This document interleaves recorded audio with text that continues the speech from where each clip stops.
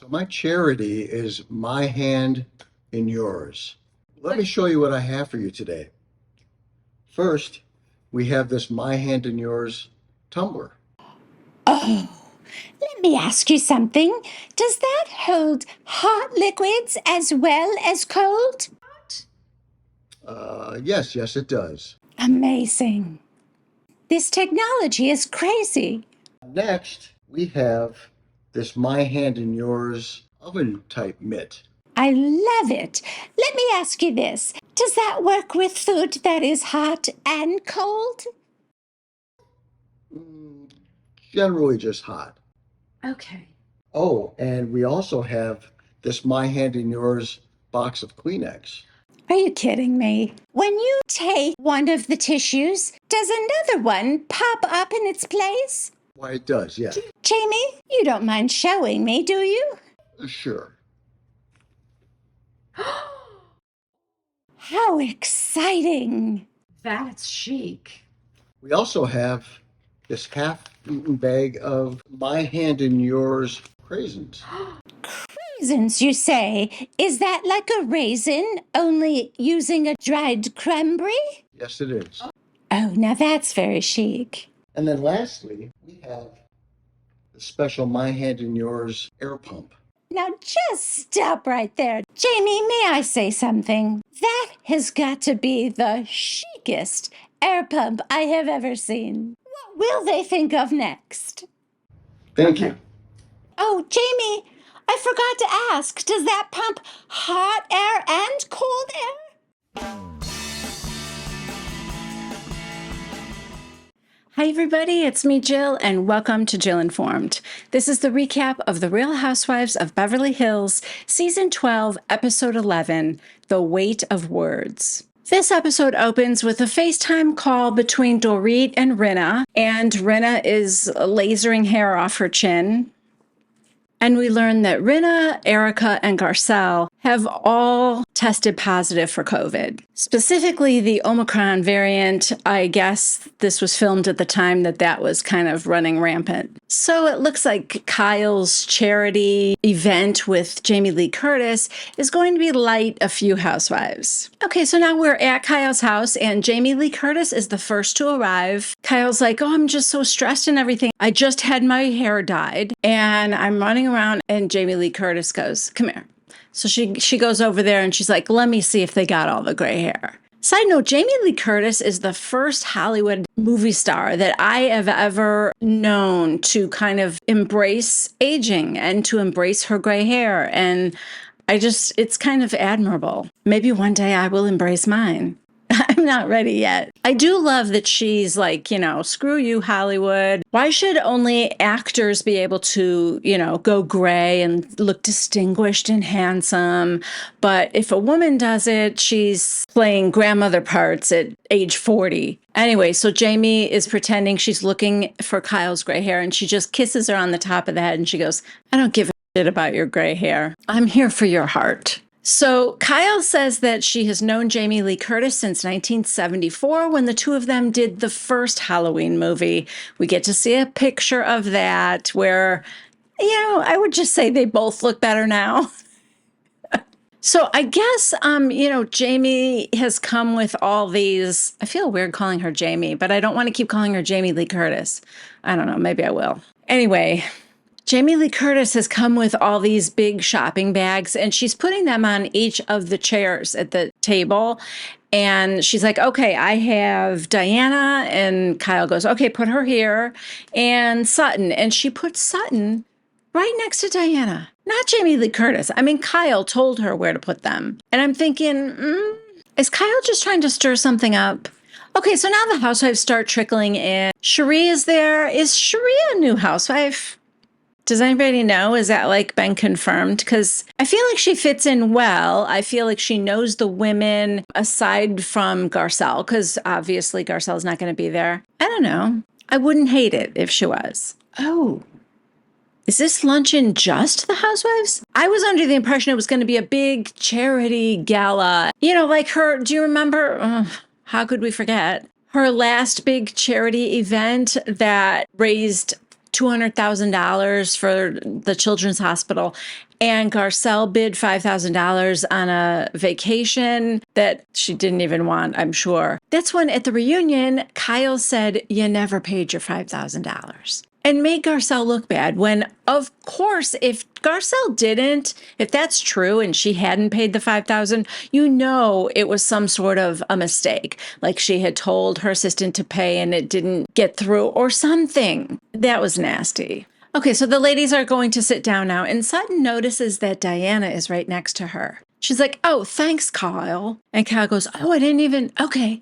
Diana," she grabs her bag. "Diana, you're over here by me." So she switches her out with Sheree. Jamie Lee Curtis is like watching all this go down, and she goes, "Oh, I'm learning a lot already."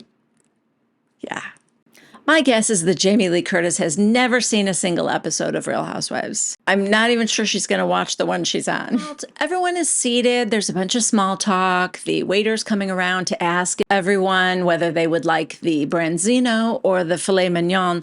I would take the filet, not only because I like filet mignon, but I don't know what branzino is. Let me look that up. Oh, okay. Branzino is a European bass. It is a mild whitefish popular in Italian cuisine and usually roasted whole and served with lemon.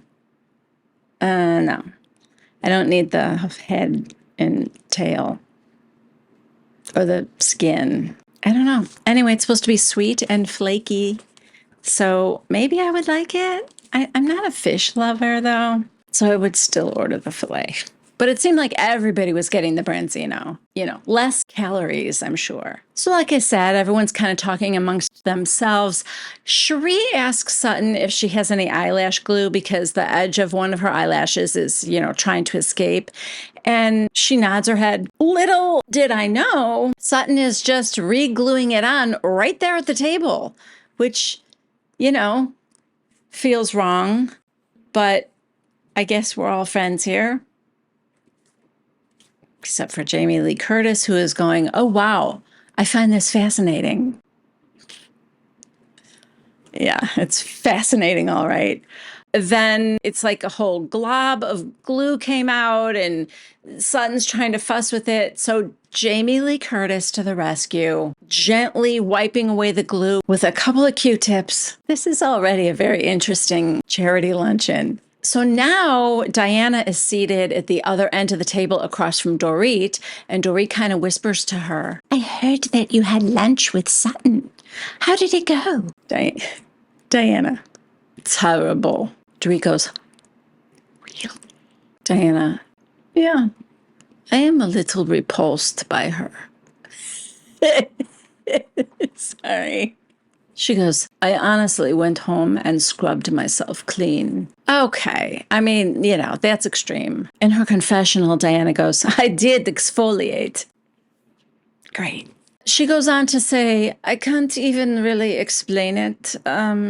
She just offends my space." Okay, so you don't want to be friends? Is that what you're saying? I think we already got that when you were out to lunch with Sutton. Okay, so now Jamie Lee Curtis is talking about her charity, My Hand in Yours. And while the ladies are eating, Jamie Lee Curtis starts to pull things out of this big brown shopping bag that each of the ladies have at their chairs. And, it's all branded with the My Hand in Yours logo. And so the first thing she pulls out is like a commuter cup. And she said, "This is the My Hand in Yours tumbler." And Dorit goes, "Oh. Jamie, does it keep things hot and cold?" Jamie Lee Curtis goes, "Yep, hot and cold." Dorit, "Amazing."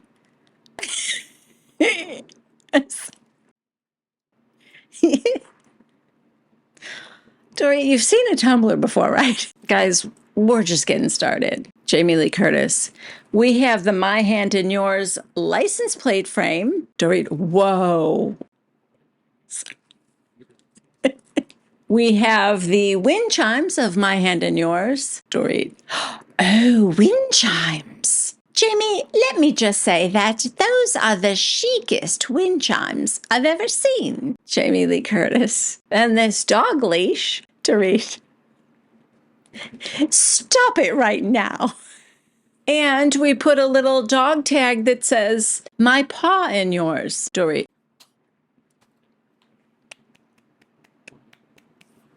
I mean, honestly. I don't even think Jamie Lee Curtis is like paying attention to Dorit, but Dorit is just going nuts over every one of these pieces of crap that Jamie Lee Curtis is pulling out of her bag. Next, it's a lavender candle. Now Dorit says to Diana, It's very chic. Diana looks at her like, do you think any of that crap is going anywhere near my house? I don't even want it in the car on my way home. I'm thinking about how I can accidentally leave my bag here at Kyle's. But everyone at this point is like suppressing their giggles. Jamie Lee Curtis, these are the hats. She pulls out like 3 baseball caps, all with the My Hand in Yours logo. Dorit, so chic. Are they? Jamie Lee Curtis, the Snugglies. It's like a little soft blanket or something. Really very chic. Oh, God. Thankfully, Jamie Lee Curtis stops pulling things out of that giant bag. It's like a magician hat. The crap just keeps coming. But she's finally done when she pulls that Snuggly out. And Kyle tells everyone that she and Mauricio have decided to donate $25,000. The same amount that Dana Wilkie spends on her sunglasses. Did you know? $25,000. But does it have a diamond clasp? Look at my Birkin. Did you notice the clasp? It's diamonds. Diamond clasp on my Birkin. But my glasses are $25,000. Anyway, sorry. Kyle is donating $25,000 to the, wait for it, Kyle Richards and Jamie Lee Curtis Fund. So you're donating to your own charity? You and Mauricio talked about it and you decided, this charity looks good. Is that how it went down? Anyway, Jamie didn't know. So she's like, oh, really? For the hospital? That's beautiful. So very generously, Diana has offered to match that $25,000. So yeah, that's how things end. Diana donated $25,000. Dorit is still thrilled with her gift bag. You know that the second she gets home, that white plastic license plate holder is going on the Bentley. Soon as she walks in the door, PK, where's the Phillips head screwdriver?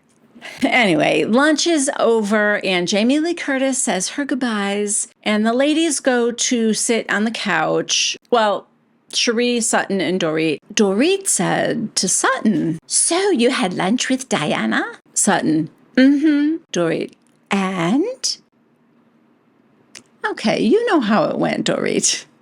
Don't act as if you don't know that Diana went home and took a Silkwood shower. So Sutton says, she's angry. Cherie, why are you always in trouble? What's that about? It's a fair question. Sutton's like, I don't know, because I say what I think. Cherie, and how's that working out for you?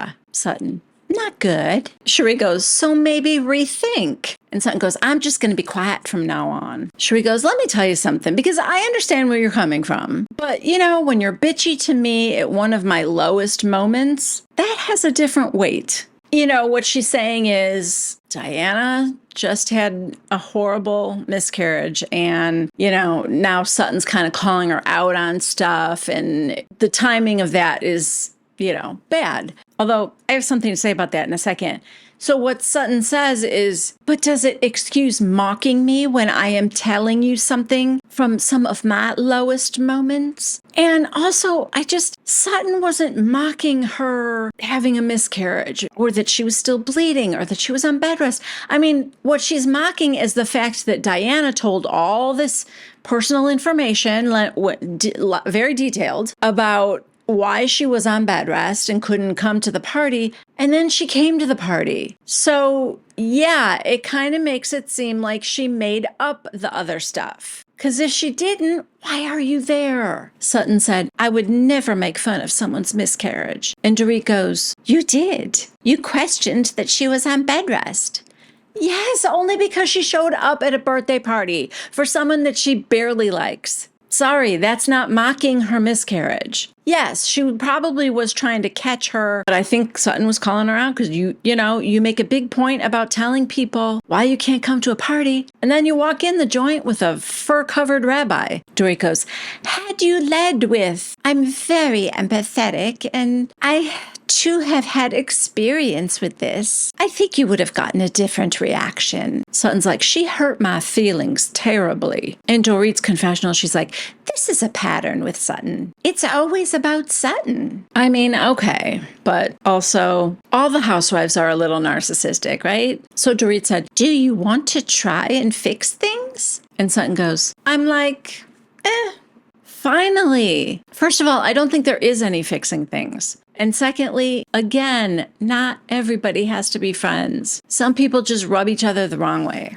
So meanwhile, the other three, Crystal, Kyle, and Diana, are at the bar area. Kyle is thanking Diana again for matching her $25,000 donation. And Crystal looks like she's picking up extra shifts as a bartender. Is Rob not working? Is that what's happening? Is he too busy doing threesomes? I imagine it would be time consuming. Hard to have a full-time job when you're a part of every threesome that goes on in the greater Los Angeles area. I mean, again, I may have just skimmed the bylaws, but my general understanding is that Rob must participate in all three ways or give written consent not to participate. That's just, I don't make the rules, people. I don't even live in Los Angeles, so it's just my understanding. Can I go off on a quick tangent? This is why I love you guys so much. You are so on board with some crazy stuff, even though we both know that if a new person were to be watching this and this was the first video of mine they saw, first, they wouldn't know who Rob was. Secondly, they would wonder why I keep saying that Rob Minkoff, esteemed director of Disney's Lion King, must participate in all three ways in the greater Los Angeles area. And the reason is just so dumb. That's why I love you guys. All Erica said was, would you rather have a three-way with two guys and Rob or two girls and Rob? That's all she said. Anyway, I just love when you guys go along with something stupid. Or the fact that, like, and I say fact, that Bill Aiden is a vampire. It's just like, it's something we all understand now. It's just why I like you guys. You get me. Okay, so now Kyle asks Crystal, hey, how are you doing? Because I saw your recent post on Instagram. Then Bravo shows us, and Crystal has posted, she talks about how she's struggling with her eating disorder and how, healing is not linear.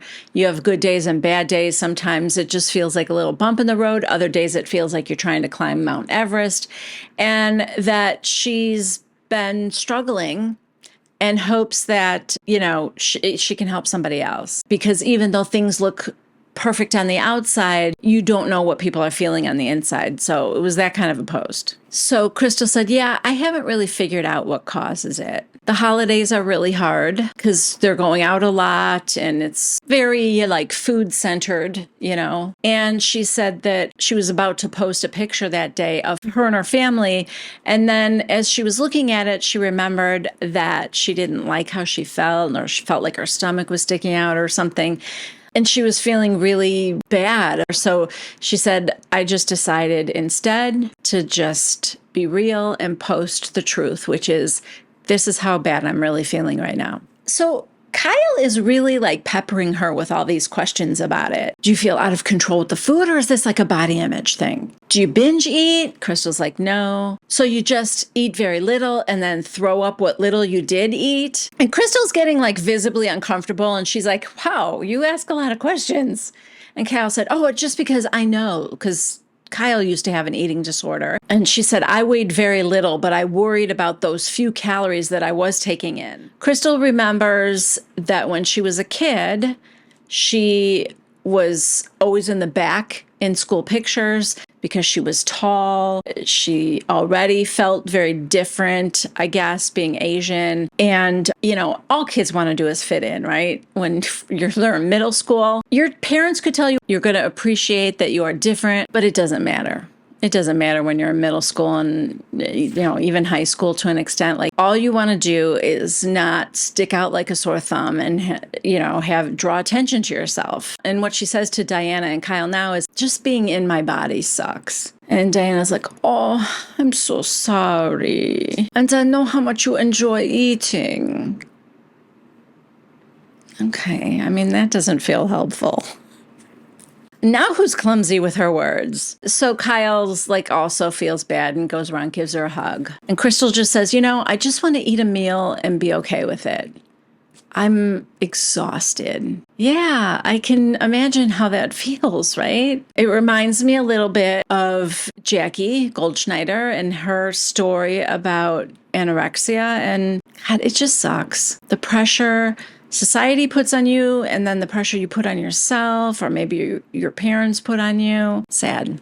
Oh, good God. I'm sorry. It's just Kyle in her confessional. This new look is throwing me. It's jarring. Is it like her cousin from New Jersey? Hi, I'm Rosanna. Or maybe Kyle's doing one of those movies where she plays two parts. One is a Hollywood housewife, and the other is a receptionist in a nail salon in Hoboken. They each wish for a different life at the exact same moment and switch bodies.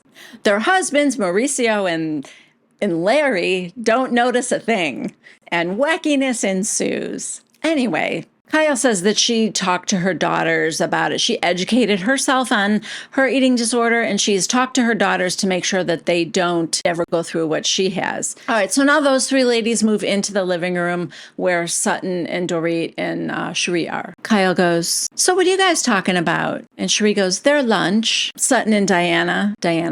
Awkward. And then everyone kind of starts laughing. Sutton goes, I think that Diana isn't ready to accept anything. Diana, she's right.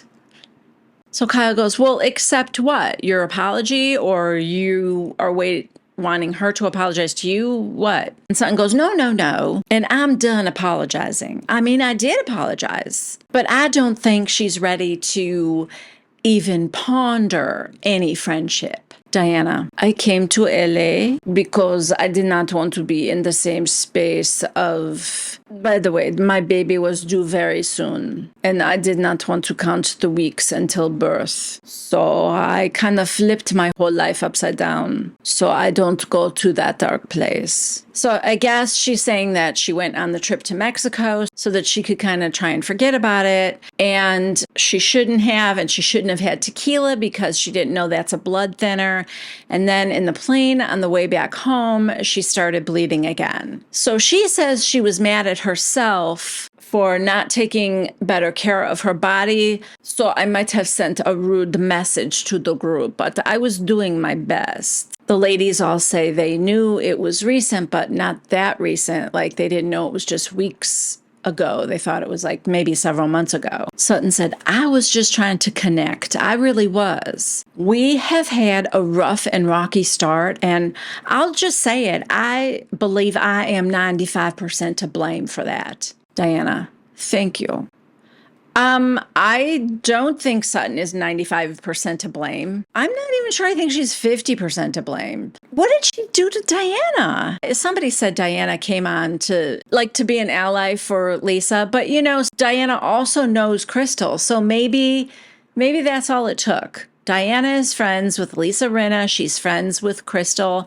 And here's this person who she's meeting for the first time, and she's embroiled in something with first Rinna, then Crystal. So maybe she's thinking, I don't like this person who's fighting with my friends. Maybe that was it. She just got a bad taste in her mouth right away from Sutton.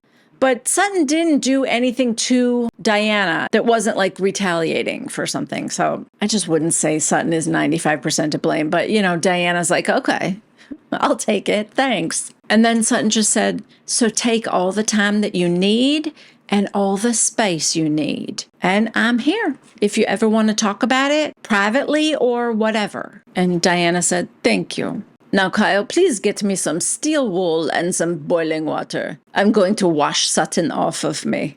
Next, we are on a FaceTime call with Lisa Rinna and Erica. They're both feeling better. They're recovering from COVID. Erica says, I get out of isolation in 2 more days. Oh no. I didn't even think about her being quarantined in that shitty house. That's unfortunate. Forget the orphans and widows. She has paid her debt. So I guess both of them are going to be all good to go for Diana's party on Tuesday. Diana is hosting a Christmas party. Side note, you guys, look at Lisa Rinna's view when she's sitting in her backyard. Ah, stunning. Looks like a postcard. So now Erica says, the holidays bring a lot of memories, decorating the house and being with Tom and my son. We just keep taking these punches and rolling with them. I mean, what else is there? And Rinna goes, not much. Not much. Did you hear me? I was so sincere when I said it too. Not much. Did you hear me say, Harry? Harry, did you hear me say not much?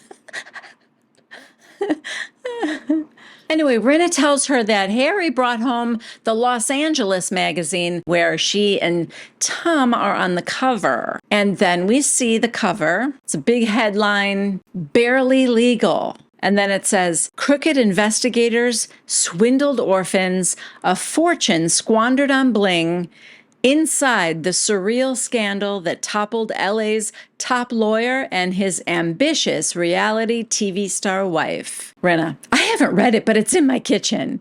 Oh, bull, you haven't read it. I don't believe that for a second. It's just sitting in your kitchen. She read it. Erica goes, well, go ahead. There's no great revelations in there. They're like 365 days late. So are you saying there's new revelations since that was printed? Because I'd like to know.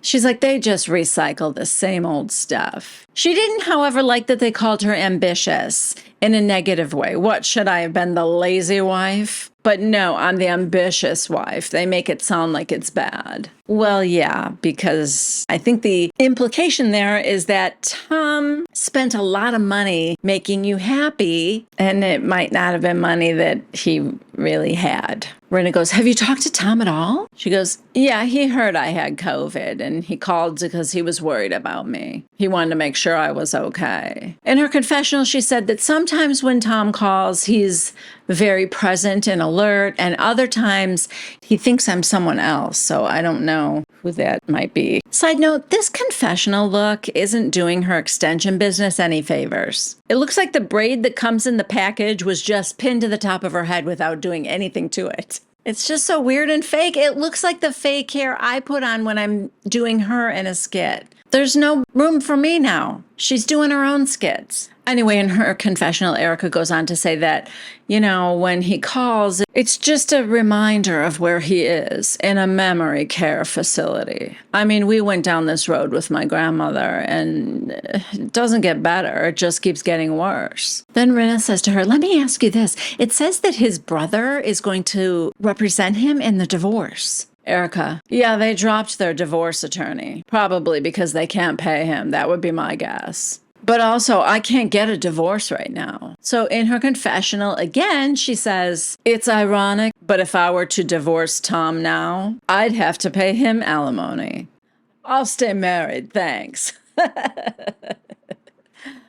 Oh, God.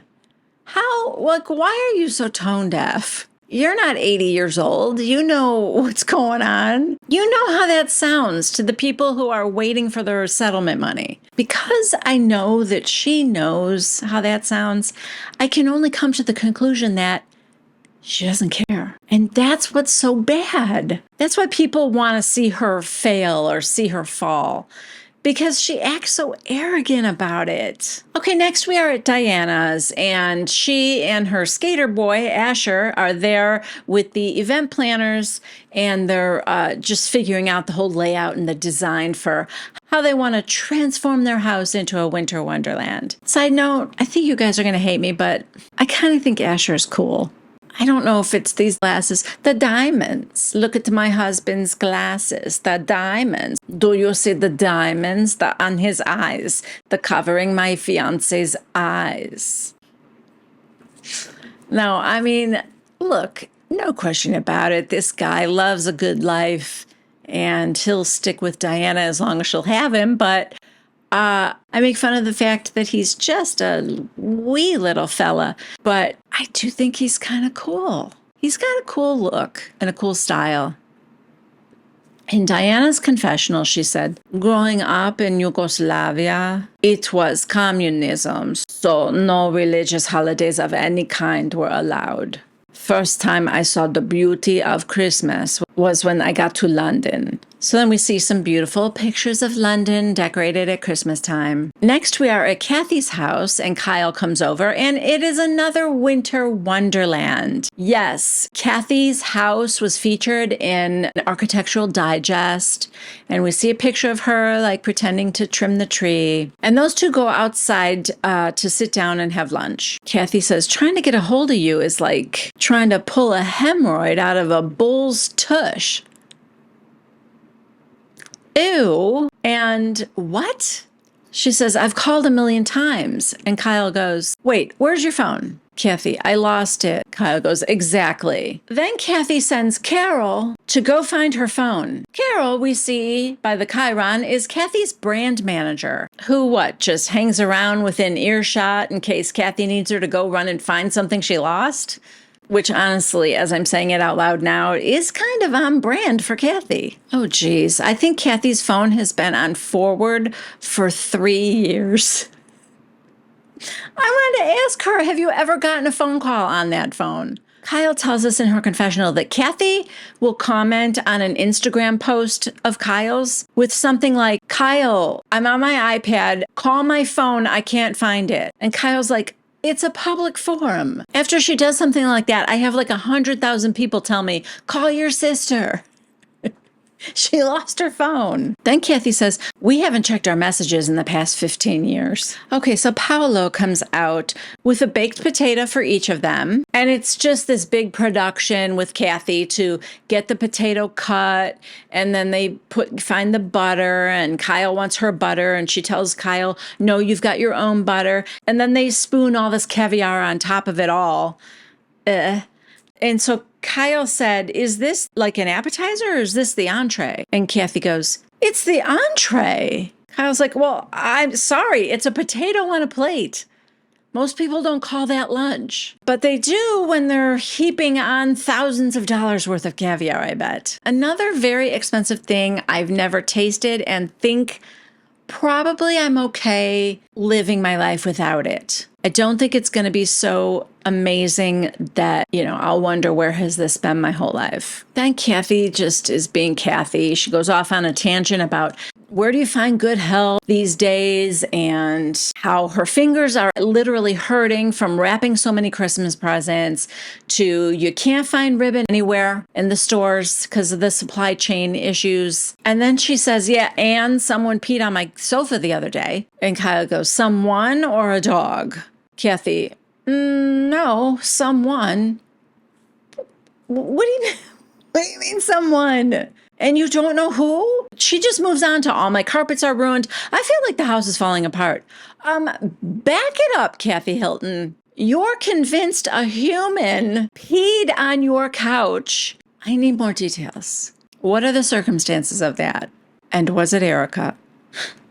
All right, now we're back at Diana's home, and it has been transformed into you guessed it, a winter wonderland. The drink menu, I didn't understand at first. It was like Neuro Bliss and Neuro, I don't know, other stuff. But I guess that Neuro is her company. I don't know what it is. Flavored water, or it's like supposed to be like healthy or something. I don't know. I'm too tired to look it up. I already looked up what Branzino was. I doubt it's going to be as exciting as a European Bass. Anyway, the bartender is making these drinks, It's like a martini glass with a clear glass ornament in it. And then the drink is poured into the ornament. And this one was like red, and you just put a little straw in it. It's actually quite clever and kind of cute. Okay, now it is time for a getting ready montage. We start with Lisa Rinna. She is in her, I feel like she's in her closet because I just see her clothes all around. But anyway, her team is in there doing her hair and makeup. And she gets a FaceTime call from Crystal. Crystal, is just seeing how she feels. And she goes, oh, I feel much better. I can't wait to see all the girls. And Crystal said, well, Dorit's not coming tonight. And she goes, no, tell me, I don't know. And she said, yeah, I guess PK has COVID. So, yeah, I forgot to tell you guys earlier when Dorit in her confessional told us that Garcelle, Rinna, and Erica all came down with COVID. She said, I didn't, I don't know how I dodged a bullet or whatever. Yeah, I don't know that you're going to be able to dodge a bullet this time because I think when you live with somebody that has COVID, I suppose, if he isolated in another room or something, it's possible, but I don't know. I feel like PK wouldn't do that. Right now, at the time of filming this, which is July of 2022, there's another variant from Omicron now. The good news is I think every variant seems to be less potent or less dangerous, That's the good news. The bad news is I think probably we're all going to get it at some point. In Erica's little house, she's telling Mikey that she's going to have a few drinks tonight. She's like, but not, at one event, I had too much of a good time. I'm not going to do that again. She's talking about Garcelle's party, and I'm sorry, you didn't seem like you were having a good time at all, let alone too much of a good time. So Mikey's like, do you want to drink now? And she goes, no. So I don't know what's going to happen. I know the old saying, be careful what you wish for. And I also know that I wanted just one more time, just to kind of round out the season with 3 times of Erica losing control. But if it's another Garcelle's party thing, I want the magic that was it's so bad. That was that boat trip. Okay, at Diana's, she and her hot little elf Asher descend the stairs. Asher is head to toe in a red velvet suit, and Diana is in a black sequin muumuu. I don't know. It's just a big, long, shapeless thing, and Asher's like, yes, girl, you look great in that dress. Does she, Asher? I think it might just be her style. I think Diana maybe dresses a little more matronly. Or, and hear me out, I'm saying this for myself, maybe she dresses more classy than I'm used to. Because I can't really think of many of the housewives that dress classy. I don't know. Listen, I understand that her miscarriage was very late and I don't know how close she was to actually giving birth, but her body is still recovering and I understand all of that. It's not like I'm saying she's got to wear some like a skin tight bandage dress, but I do think there's a way to dress more youthful. She's very pretty and I don't think the way she dresses does anything for her. It's fine. It's just fine. Now her son Ennis and his girlfriend Ava and her daughter Enya are there. I don't know if they just walked in the door or if they came from another room and they're all staying there. She loves family around, so they should be staying there, but it almost seemed like they had just walked in because she greets them. I don't know. I'm going to play this for you guys. Tell me if this interaction seems strangely awkward to you. Oh, the first guest. Well, hello. My family's here. Ma. Hi, Mama. Open it. Oh, yeah, so it just runs that way up top. Like that? Just for us.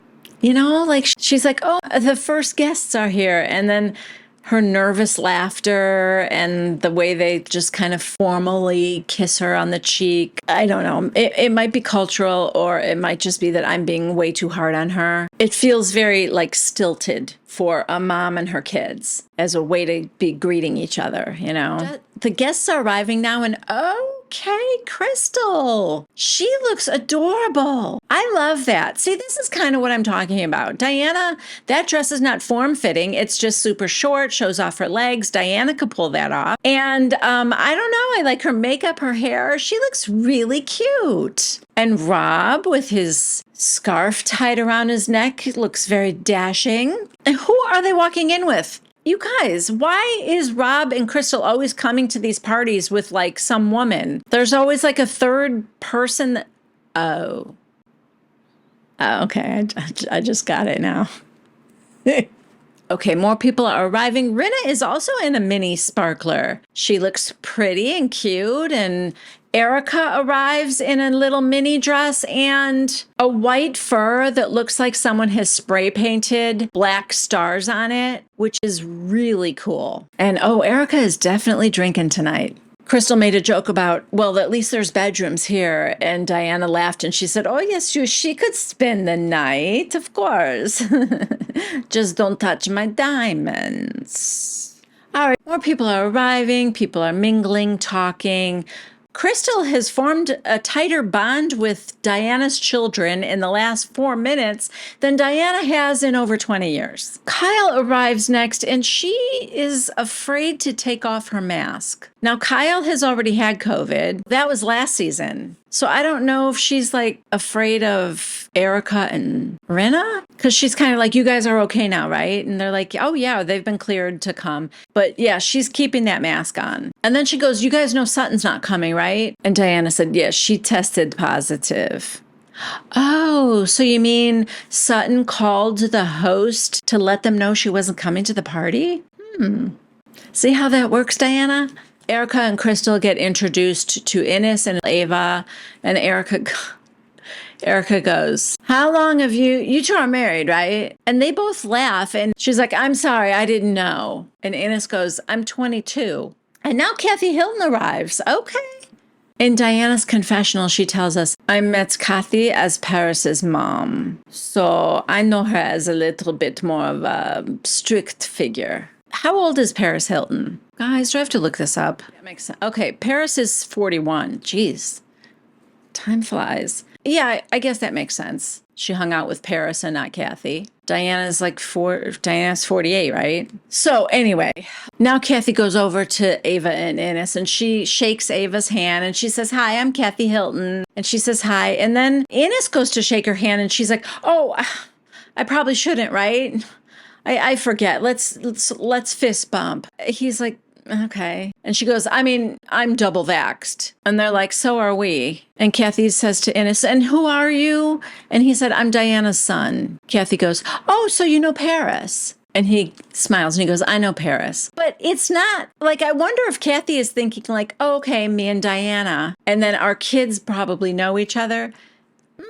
No, Paris is closer to Diana's age than Ines is. So I don't know. Maybe she didn't even mean it that way. Okay, now Garcelle arrives. I was wondering if she was going to come because that's the only one. Now that we found out Sutton has COVID too, the only other housewife would have been Garcelle. But she arrives now and she is a vision in gold tinsel and carrying a tie-dye giant unicorn. That's probably for the baby, Eliana, right? Because she just had her first birthday, I think. Oh yeah, Garcelle goes, hello, this is for your daughter. Thank you for inviting me. In her confessional, Garcelle says, Diana was out of control at my birthday party, but it's the holidays and my gift to her is to come to her party and not bring any bad energy. So now Garcelle is chatting with Erica and Crystal. And Garcelle tells Crystal, you look really thin. Crystal, thank you, but I'm not. That kind of made me cringe. You know, knowing that she has, body dysmorphia and she was feeling bad. I don't know if Garcelle saw the tweet or the Instagram post, whatever. But I still think, she knows she has an eating disorder. I don't know. In general, I think probably we should move toward not commenting on each other's body types.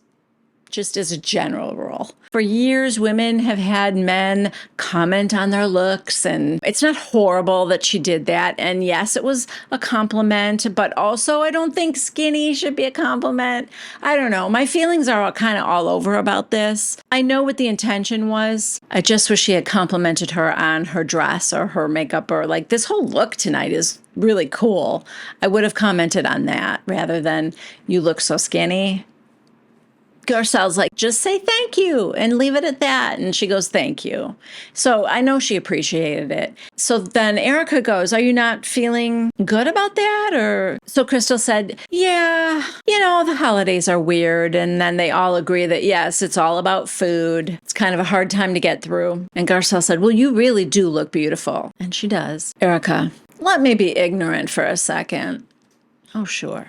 Is it that you eat it and feel guilty about it, or you deny yourself eating it? Okay, can we get Kyle over here? Because she's already answered several questions, but hey, maybe Kyle's got a few more she wants to ask her. Crystal said, I eat it and then I feel bad and I want to get rid of it.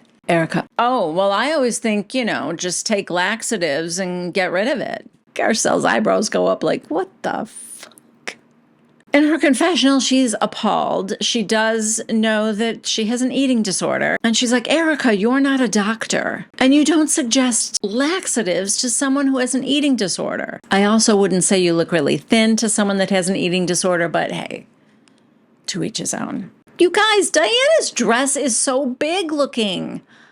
Earlier, she had said to Asher, it doesn't look like the Pope. And he's like, no, but I'm sorry. I'm kind of seeing the Pope right now. I mean, a Pope at a drag show, but still kind of like a Pope.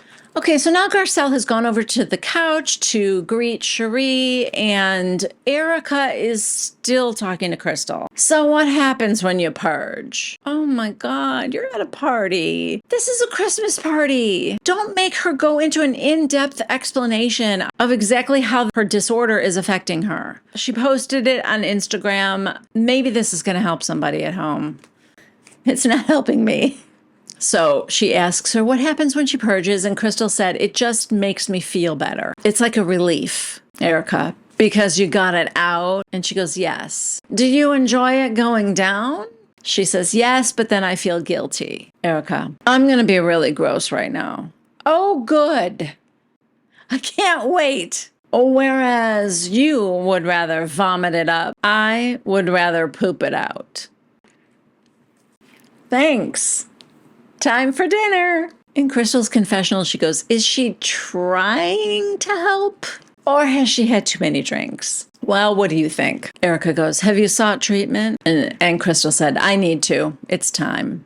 And Erica goes, yeah, it's time. And now a server comes around with a plate full of hors d'oeuvres. Erica, oh, what is it, babes? Then Kyle sees the food, runs over there. Oh, what is this? And Crystal walks over there too. Erica almost yells at Crystal, you can't have this. It's a chicken tender. And Crystal turns around. I'm not going to eat. Erica grabs her chicken, and then you hear her in the background. All right, I need another drink. To be continued. Oh boy, you guys. We're clearly on our way to getting another drunk Erica, but, telling Crystal she can't eat it because it's a chicken nugget is a little bit more like Erica at Garcelle's party than it was Erica on the yacht. I want Erica on the yacht. I know that means she needs to mix alcohol and a Xanax, but like I said, if we could just have emergency staff standing by, I would appreciate it. That's all I'm saying. I know it's viewer mailbag time, but I need some more questions. So if you guys want to leave them in the comments, if you have any more questions for me. If you don't, that's fine. I mean, I don't have to do this every time. But today, somebody had asked me what I was reading lately and if I had any more book recommendations, and I do. And again, this is all thanks to my daughter, Jade, who shares her love of psychological thrillers with me. The first one I'm going to recommend is the last one I just read, and it's called The Island. The author is Adrienne McKinty. It's about this woman, Heather, who marries a widowed father of two. He's considerably older than her. She's only 24, I think. And the kids are 14-year-old girl, 12-year-old boy. So he's a surgeon, and he goes all over lecturing about whatever. That's not the important part. He has to go to Australia for a conference or something, and Heather, his new wife, and the kids come along for a vacation. The kids don't like her. You know, you're not my mom kind of a thing. And she's only 24, so she's only 10 years older than the girl. They barely tolerate being around her, and they're kind of bratty and stuff. Anyway, they're sightseeing. It's like their last day to do something with the dad. And the next day he's giving his speech, and then they're going home. So the kids are complaining because they didn't see a koala. They didn't see a kangaroo. They're like wanting to see some of these animals. They stop somewhere, and these guys overhear them, and they're like, hey, if you want to see those kind of animals, this island has them all over. They run the ferry that goes back and forth. So the ferry, like the whole car goes onto the ferry, and he has rented like a Jaguar or something. And also this other couple happened to be there too. This older, like Danish couple, they overheard the conversation. They said, oh, can we come too? So they said yes, they paid him. And so their two cars went over there. And they had to be back at a certain time. They had to be back at the dock to go back to the mainland. Anyway, while they're there, they get into an accident. From that point on, I can't tell you anything, but just trust me, it gets very scary, and there's some twists and turns. It's a super fast read. It's a good story. Okay, so the next book I'm recommending is called The Passengers by John Mars. It takes place in the future, and England is the first country to have gone all driverless vehicles. It used to be where you could put the car on automatic drive, but then you could override it. Well, all across England, they have gone to completely driverless cars where the person can't even override. And the accidents have gone down and all this kind of stuff. So these 8 people get in their cars, and they're kind of going about their business. And